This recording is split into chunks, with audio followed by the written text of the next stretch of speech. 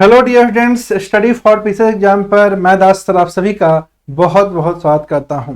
आज का जो सेशन होने वाला है ना, एकदम आई ओपनर सेशन है, समझ गए। क्योंकि आज जो है हम लोग डिस्कस करने वाले हैं कि कैसे कोई भी नए क्वेश्चन को फॉर्म करना है, समझ गए ना। कैसे भूमिका लिखते हैं, क्या उसका बेसिस है, कैसे उसका बॉडी को फ्रेम करते हैं और फिर कैसे उसको कंक्लूड करते हैं, यानी कि निष्कर्ष लिखते हैं। ये बहुत ज़्यादा इंपॉर्टेंट बात होता है कोई भी क्वेश्चंस के लिए, है ना। अगर आपको सही तरीके से अगर आप क्वेश्चन का फ्रेमिंग नहीं कीजिएगा दोस्तों, तो बहुत सारा डायमेंशन छूटता है, फैक्ट छूटता है और क्वेश्चन अधूरा सा प्रतीत होता है, जिसके कारण आपको नंबर हमेशा कम आता है, समझ गए। और खास करके जेपीएससी एग्जाम का अगर हम लोग फोकस करें तो आप देख पा रहे होंगे कि पॉलिटी जो है आपका राज्य व्यवस्था, उसमें आपसे क्वेश्चन डायरेक्ट नहीं पूछा जा रहा है, टू द पॉइंट नहीं पूछा जा रहा है। उसमें आपका जो क्वेश्चन रहता है वो उलझा हुआ है, समझ गए ना। आपसे कभी नहीं पूछ रहा है कि मौलिक अधिकार पर निबंध लिखे, टिप्पणी लिखे, समझ गए ना। इस टाइप से नहीं पूछ रहा है कि आप जो है आराम से पूरा आर्टिकल को डिफाइन करके लिख दीजिएगा। क्वेश्चन उलझा हुआ है तो वहां पर वही लोग अच्छे से आंसर कर पाएंगे जिनका आंसर राइटिंग स्किल बढ़िया है, नए क्वेश्चंस को फ्रेम करना जानते हैं। और इसी पर आज का सेशन है, बेसिकली पूरा एग्जाम्पल के साथ भूमिका से लेकर के बॉडी कैसे बनाना है, क्या लिखना है, सारा कुछ डिटेल में बताएंगे। तो सेशन को लास्ट तक देखिएगा और डेफिनेटली आपके लिए बहुत ज्यादा यूजफुल रहेगा। दोस्तों आज का जो टॉपिक है ना, वो टॉपिक है राष्ट्रपति, समझ गए। राष्ट्रपति से रिलेटेड क्वेश्चंस को हम लोग डिस्कस करने जा रहे हैं। आप बोलिए सर राष्ट्रपति ही क्यों लिए? तो दोस्तों राष्ट्रपति जो है ना, वो इस बार के लिए मेरे समझ से one of the important section हो सकता है। राष्ट्रपति से इस बार क्वेश्चन आ सकता है, समझ गए ना। वैसे तो और भी कुछ टॉपिक संभावना है आने का, लेकिन राष्ट्रपति उसमें ऊपर है, समझ गए ना। बोलिए कैसे सर? तो देखिए आपको दिखाते हैं। जेपीएससी में जो है आपका राष्ट्रपति जो है फेवरेट रहा है जेपीएससी का, समझ गए ना। कई बार पूछ चुका है। अब देखिए, भारत के राष्ट्रपति के कार्य बताएं, समझ पा रहे हैं? दिख रहा है या नहीं दिख रहा है आप लोग पता नहीं। फर्स्ट जेपीएससी 2005 में आया था। भारतीय राष्ट्रपति के अध्यादेश निर्माण के क्या अधिकार हैं? First JPSC. भारतीय राष्ट्रपति की कूटनीतिक शक्ति क्या है? First JPSC. राष्ट्रपति राज्यपाल की क्षमादान के अधिकार के संबंध में सर्वोच्च न्यायालय के हाल के निर्णय पर चर्चा कीजिए, है ना। Second JPSC 2007। भारतीय राष्ट्रपति की व्यवस्थापकीय शक्तियों की विवेचना कीजिए, क्या यह इन शक्तियों का प्रयोग मंत्रिपरिषद से स्वतंत्र होकर कर सकता है? Second JPSC 2007। भारत का राष्ट्रपति एक रबर स्टैंप है, विवेचना कीजिए। Third JPSC 2008। भारत में राष्ट्रपति का चुनाव कैसे होता है? Fourth JPSC 2013। तो दोस्तों 1 2 3 4 5 6 7 टोटल 7 प्रश्न अभी तक आपको राष्ट्रपति संबंधित देखने को मिला है। और जो आपका सिलेबस है उसमें राष्ट्रपति का शक्ति और कार्य, समझ गए ना, सिलेबस में साफ साफ लिखा हुआ है। तो इससे एक क्वेश्चन जो है बन सकता है। और बता दें आपको कि पिछले 2 बार से राष्ट्रपति नहीं पूछा है, समझ गए ना। 2 बार से नहीं पूछा है। हर एक मेंस एग्जाम के लिए हॉट टॉपिक है, तो इस बार आने का प्रबल चांस है। और इस बार जो हम लोग क्वेश्चन लिए हैं, आप लोग देख पा रहे होंगे कि पॉलिटी में स्ट्रेट फॉरवर्ड क्वेश्चन नहीं पूछता है। तो हम लोग क्वेश्चन लिए हैं, भारत का राष्ट्रपति एक रबर स्टैंप है, विवेचना कीजिए। और इस क्वेश्चन को लेने का एक और कारण है। बहुत सारे स्टूडेंट जो आंसर राइटिंग से जुड़े हुए हैं, नए और पुराने, वो लोग जो आंसर फ्रेम कर रहे हैं ना, वो अजीबोगरीब तरीके से फ्रेम कर रहे हैं। मतलब कुछ भी लिख दे रहे हैं, राष्ट्रपति का 1-2 शक्ति लिख दे रहे हैं, राष्ट्रपति को रबर स्टैंप बना दे रहे हैं, तो राष्ट्रपति के बारे में निगेटिव लिख के चल दे रहे हैं। मतलब अपना मनमौजी चल रहा है। तो ऐसे काम नहीं चलेगा, समझ गए ना। आपको लग भी रहा होगा नंबर आ जाएगा, लेकिन नंबर नहीं आएगा, नंबर कटेगा सही तरीके से अगर नहीं कीजिएगा तो, समझ गए ना। सही तरीके से उसका भूमिका लिखना पड़ेगा, सही तरीके से क्वेश्चंस को फ्रेम करना पड़ेगा, समझ गए। तो इसी पर आज बात करेंगे। बहुत ज्यादा इंपॉर्टेंट सेशन होने वाला है। क्वेश्चन है, भारत का राष्ट्रपति एक रबर स्टैंप है, विवेचना कीजिए। तो चलिए हम लोग बात करते हैं कैसे करेंगे, भूमिका कैसे लिखेंगे। दोस्तों भूमिका जो आप लिखिएगा, वैसे हम आपको पहले ही बता देंगे, जो हम लिख रहे हैं वो बेस्ट नहीं है, बात समझे। हम जो आपको दे रहे हैं वो बेस्ट नहीं है, आप इससे बढ़िया लिख सकते हैं।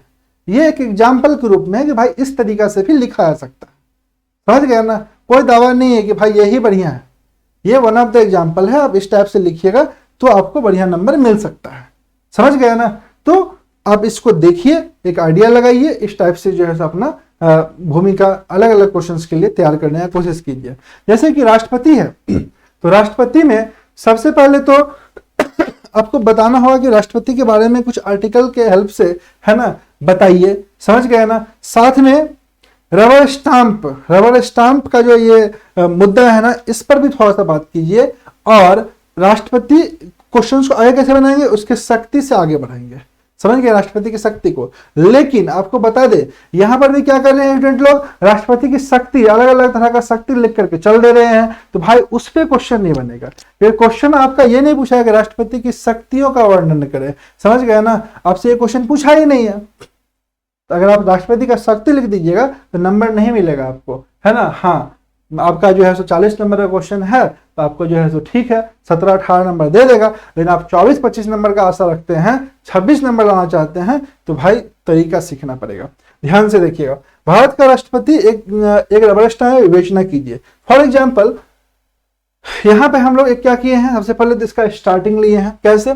तो भारतीय संविधान के अनुच्छेद 52 के माध्यम से। देखिएगा, अनुच्छेद बहुत ज्यादा इंपॉर्टेंट होता है पॉलिटी में, है ना? आपको आर्टिकल लिखना पड़ेगा, आर्टिकल बहुत सपोर्ट करता है। ठीक है? प्रश्न की शुरुआत इस प्रकार से कर सकते हैं कि भारतीय संविधान के अनुच्छेद 52 के माध्यम से राष्ट्रपति पद का प्रावधान किया गया है। राष्ट्रपति के बारे में थोड़ा बताना पड़ेगा।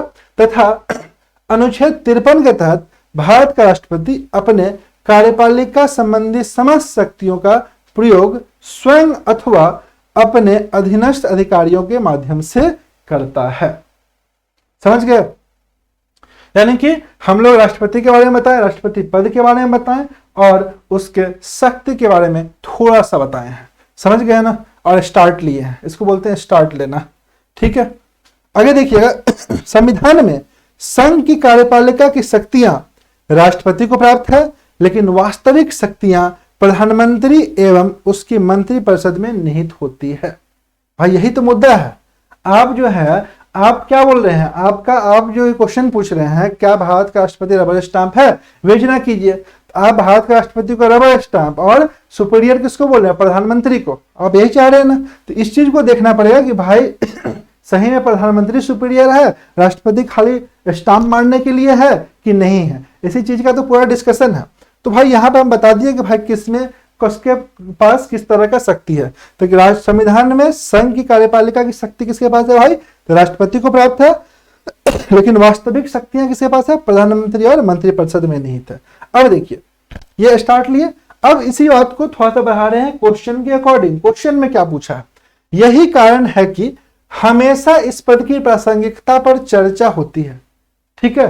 कार्यपालिका शक्ति और वास्तविक शक्ति, है ना? एक राष्ट्रपति, दूसरा प्रधानमंत्री। यही कारण के, इसी चीज के कारण ना ये प्रश्न उठता है ना, रबर स्टाम्प है। बताइए, यही कारण है कि हमेशा इस पद की प्रासंगिकता पर चर्चा होती है कि क्या राष्ट्रपति का कार्य कैबिनेट के निर्णयों पर मुहर लगाना भर है, यानी वह रबर स्टाम्प है, या फिर देश के प्रथम नागरिक को संविधान ने ऐसी भी शक्तियां प्रदान की है जो इस पद को वाकई सर्वोच्च बनाती है। समझ गए? यहां पे आप समझे किस तरह से इसको लिखे हैं? ये लाइन बहुत ही इंपॉर्टेंट है। समझ गए ना? और इसी चीज को आपको समझना पड़ेगा। यहां पे हम कुछ कंक्लूड नहीं कर रहे हैं। समझ गए? अभी डिस्कशन होगा। कैसे डिस्कशन होगा? इसके बाद हम लोग राष्ट्रपति की विभिन्न शक्तियों को देखेंगे। भाई शक्ति को देखेंगे, लेकिन शक्ति का रिप्रेजेंटेशन अलग तरीके से होगा। देखिएगा, फैक्ट एक ही रहता है, रिप्रेजेंटेशन चेंज होता है और तब जाकर के नंबर मिलता है, याद रखिएगा। तो इसके बाद कैसे बढ़ेंगे समझिएगा।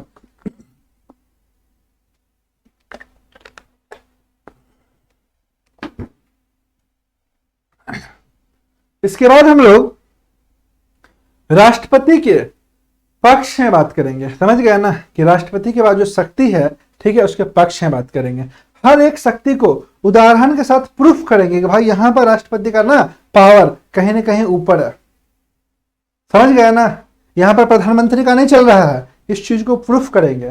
ठीक है? अगर आप दोस्तों बता दीजिएगा राष्ट्रपति का शक्ति ये है, राष्ट्रपति की शक्ति ये है, विधायी शक्ति है, कार्यपालिका शक्ति है, न्यायिक शक्ति है, क्षमादान का शक्ति है, वीटो शक्ति है। भाई सिर्फ बताने से नहीं होगा, आपको प्रूफ करना पड़ेगा उस चीज को, क्योंकि कोई चीज को जब आप प्रूफ कर देते हैं उदाहरण के साथ तो सपोर्ट कर देता है, समझ गया ना। और जहां पर सपोर्ट आ गया ना वहां पर नंबर सॉलिड मिलेगा, समझ गया ना। तो हम लोग यहाँ पर अब क्या करेंगे, इसके पक्ष में लिखेंगे, तर्क देंगे, है ना। फेवर में क्या क्या आ सकता है, कौन कौन सा शक्ति इसका फेवर में आएगा, है ना। उसके बाद हम लोग इसको विपक्ष में देंगे, उसके बाद इसको कंक्लूड करेंगे, समझ गए ना। That is the main thing. कैसे करते हैं समझिएगा। आइए आगे बढ़ते हैं। ओके आगे बढ़ने से पहले डियर स्टूडेंट्स बता दें आपको कि जेपीएससी एग्जाम निकालना है तो अब मुश्किल से 1 महीना समय बचा है आपके पास, समझ गए ना। 1 महीना, तो 1 महीना का जो प्रिपरेशन होता है, लास्ट महीना का प्रिपरेशन होता है, वो होता है सबसे इंपॉर्टेंट सेक्शन को सबसे पहले किया जाए, सबसे इंपॉर्टेंट टॉपिक सबसे पहले कवर करना होगा, समझ गए ना। जेपीएससी का सिलेबस बहुत वास्ट है, आप पिछले 2-3 साल से प्रिपरेशन कर रहे होंगे, समझ गए ना। तो करना क्या होगा आप पूरा का पूरा पे फोकस करने से बढ़िया है कि मोस्ट इंपॉर्टेंट जो टॉपिक है, जिससे आने का क्वेश्चन सबसे ज्यादा संभावना है, उसको सबसे पहले अच्छे तरीके से कवर कर लीजिए। वहां से अगर आपका 2 टॉपिक भी लड़ गया ना, 4 में 2 टॉपिक भी आ गया सेम टू सेम, तो समझ लीजिए बहुत टाइम आपका सेव कर देगा, नंबर एक्स्ट्रा दे करके जाएगा वो, समझ गए। और वो सबसे इंपॉर्टेंट टॉपिक दोस्तों यही है, गेस क्वेश्चन, है ना। ऑल टॉपिक जो है ना, पेपर 3 से आप देखिए 23 है, पेपर 4 से आपका 13 वो मात्र टॉपिक है। ये 13 टॉपिक जो है ना जिससे क्वेश्चन फ्रेम किया गया है, ये सबसे हॉट टॉपिक है, इसको तो आपको पढ़ ही लेना चाहिए क्योंकि यहां से आने का सबसे ज्यादा चांस है। उसके अलावा पेपर 5 से 21 टॉपिक, पेपर 6 से 24 टॉपिक है, समझ गए। तो इन सभी टॉपिक को एकदम अच्छे तरीके से कवर कीजिए, कंप्लीट कीजिए, है ना, ताकि क्वेश्चन जो है अगर इन हॉट टॉपिक से आए तो आपका क्वेश्चन आपसे बढ़िया कोई नहीं लिख पाए, समझ गए। यहाँ पर देखिए नंबर दिया हुआ है 6200, यहाँ पर भी आप व्हाट्सएप पे मैसेज करके क्वेश्चंस ले सकते हैं, 199 इसका प्राइस है, समझ गए। या फिर दास सर लर्निंग ऐप को इंस्टॉल कीजिए प्ले स्टोर से, वहां पर भी आपको मिल जाएगा। साथ में अगर आप जो है प्रिपरेशन बहुत बढ़िया से नहीं किए हैं तो अब नोट्स बनाने का समय नहीं है आपके पास, समझ गए ना।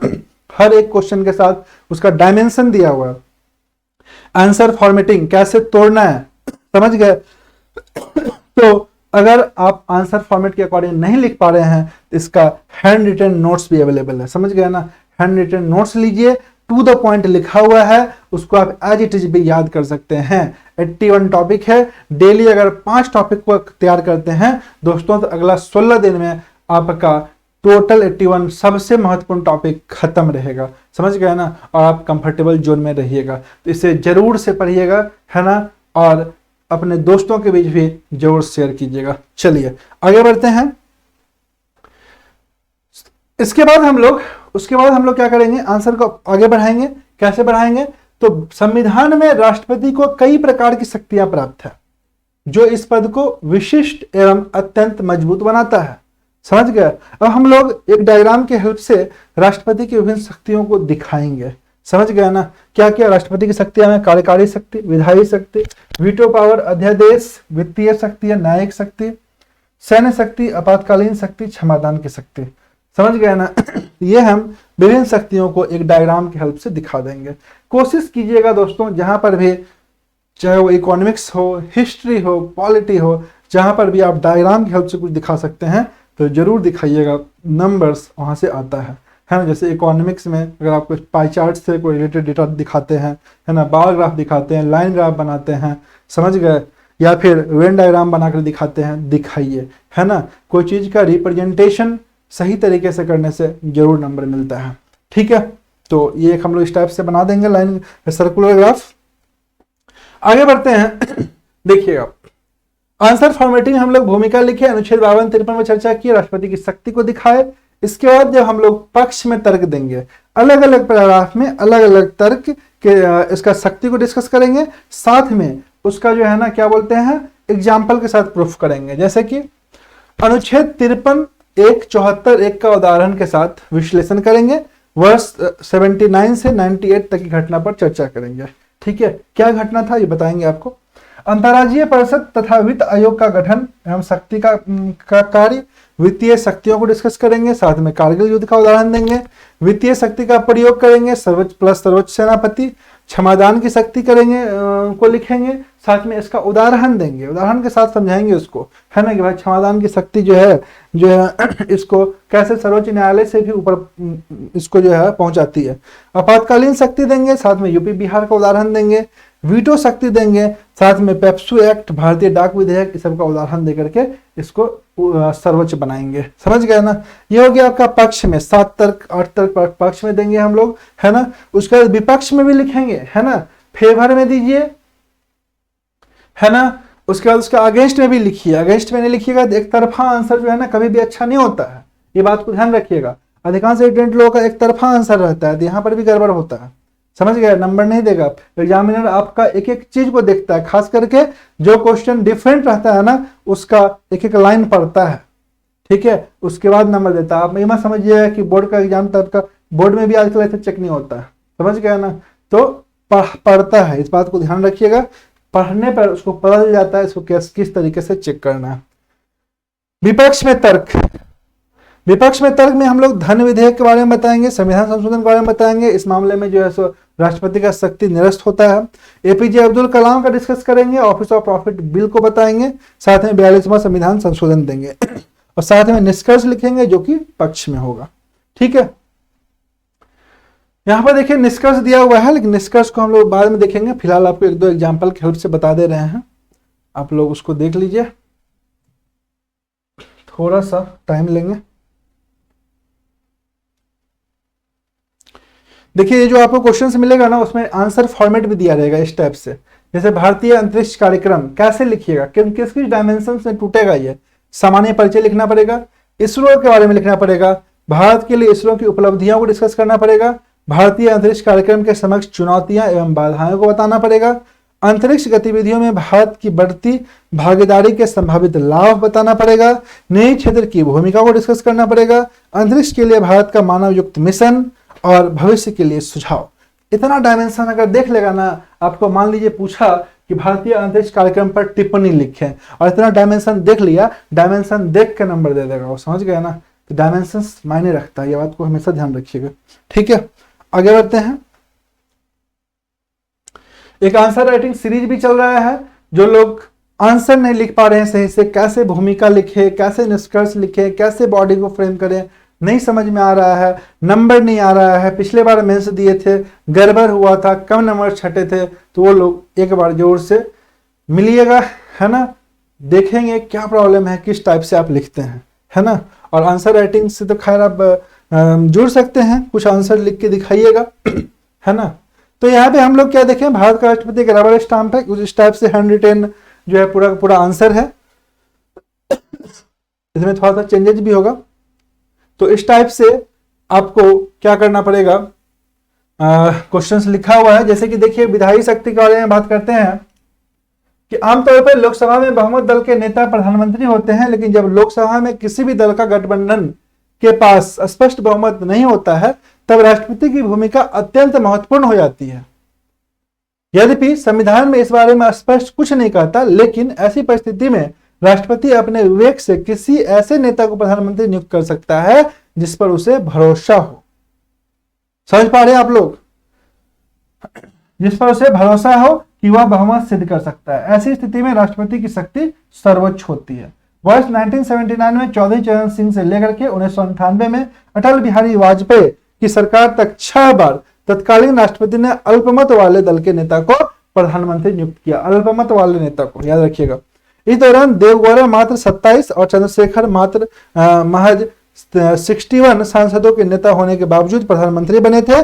कई बार राष्ट्रपति इस प्रकार का निर्णय विवाद खड़ा कर देता है, लेकिन उसे रबर स्टाम्प होने की प्रासंगिकता को निरस्त करता है। समझ गए। तो इस टाइप से क्वेश्चंस लिखा हुआ है। आगे भी कुछ पॉइंट्स हैं। फॉर एग्जाम्पल जैसे देखिए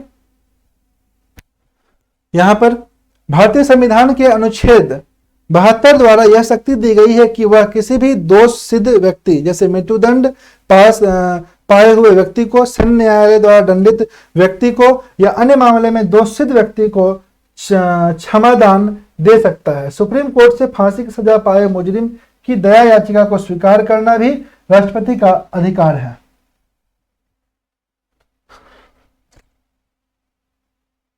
पूरा गायब हो गया। तो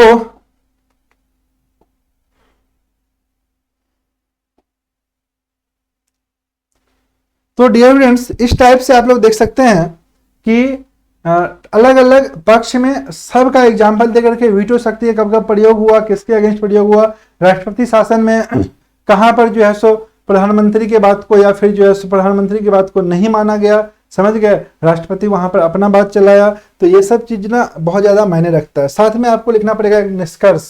निष्कर्ष क्या होगा? उपरोक्त तथ्यों पर मंथन के पश्चात, जब आप फेवर में लिखिएगा पूरा, अगेंस्ट में लिखिएगा, उसके बाद पश्चात यह स्पष्ट होता है कि जब राष्ट्रपति सर्वाधिक ताकतवर कार्यपालिका के फैसले को रोक यानी कि पॉकेट वीटो से रोक सकता है, सर्वोच्च न्यायालय के निर्णय यानी फांसी को बदल सकता है, तो उसे रबर स्टाम्प कहना कतई उचित नहीं होगा।